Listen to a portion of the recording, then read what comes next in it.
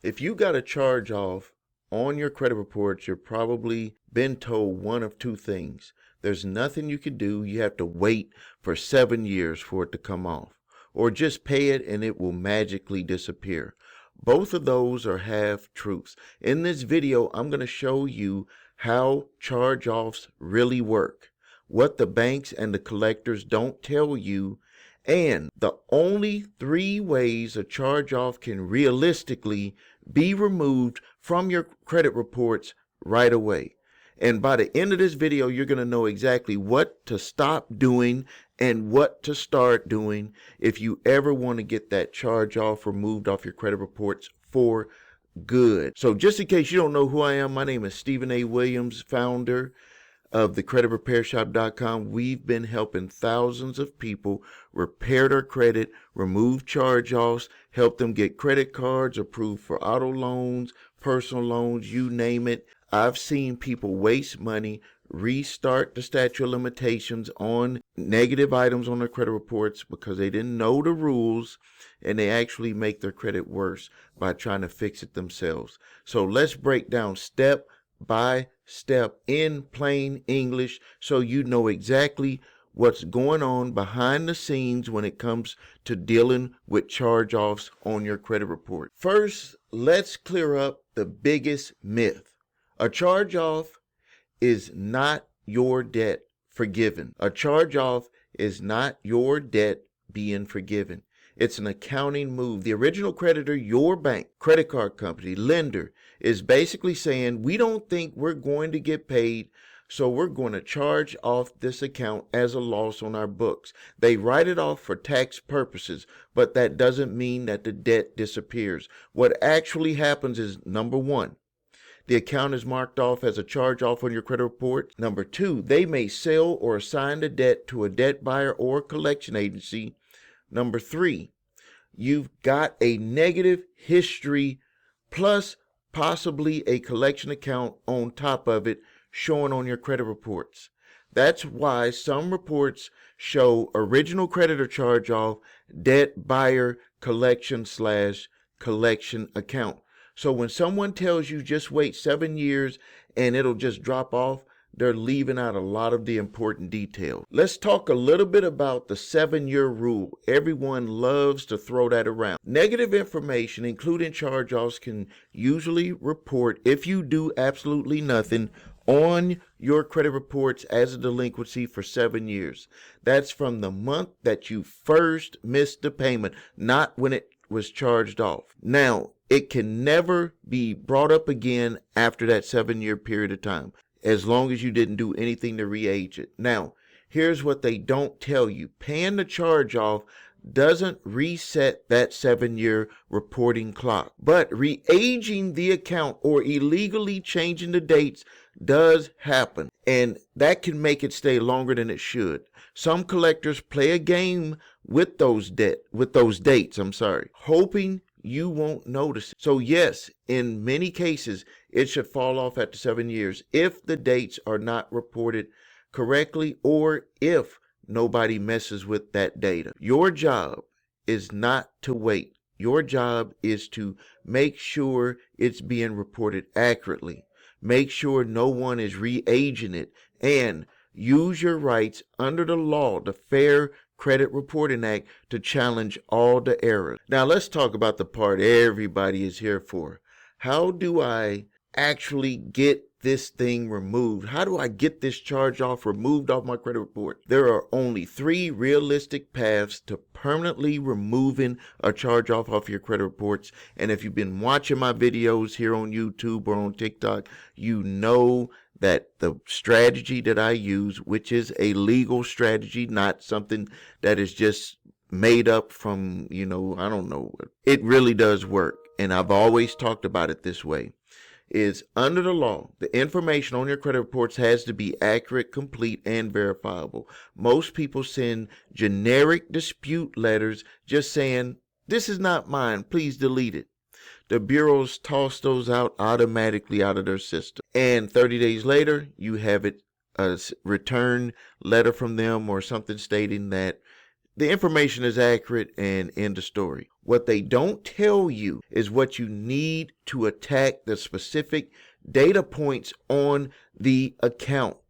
Not just scream delete it. You're looking for things like the wrong date, the first delinquency, late payment, date open, inconsistent balances across all three bureaus, the wrong status codes showing open when it was closed or late after the charge-off date, missing required information like the original creditor details or account type, the same debt being reported twice, original creditor, and duplicated with the collection company who purchased the debt. That way, it can make your credit get damaged even worse, and that is against the law. It is a violation according to the Fair Credit Reporting Act. When you dispute it, don't just say remove this. You say, I'm disputing the accuracy of the following information on this charge-off account, and then you list the exact errors line by line. If they can't fix the data to be accurate, complete, and verifiable, they are required to correct it or delete it off of your credit reports, regardless if it's the original creditor or a debt collector. This is what people call a Goodwill approach, but most people do it wrong. They'll send some type of emotional letter hoping that the original creditor will just remove it, delete it for some other reason.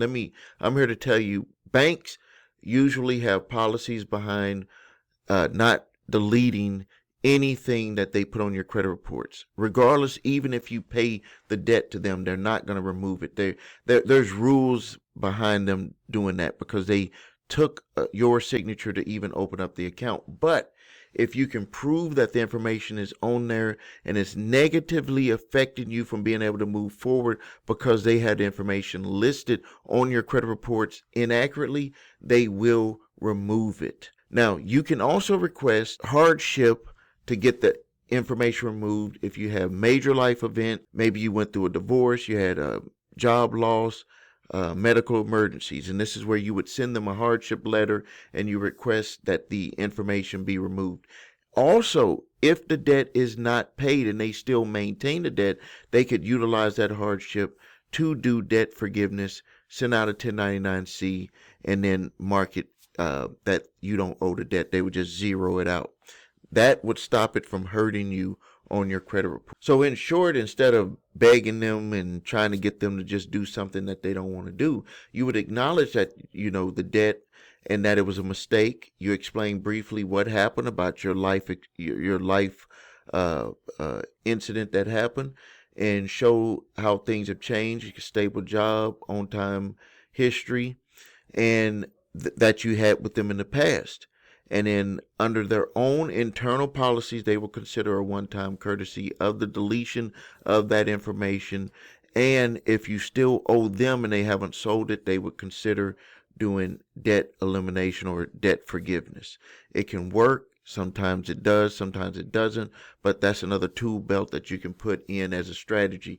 If you need help with doing a hardship letter, there's a link below this video where you can get a debt forgiveness letter that I've created that has actually worked for my clients. Now here's one that everybody think that they're doing the right way, but almost no one does it right because mainly they don't have experience with it. They get a call.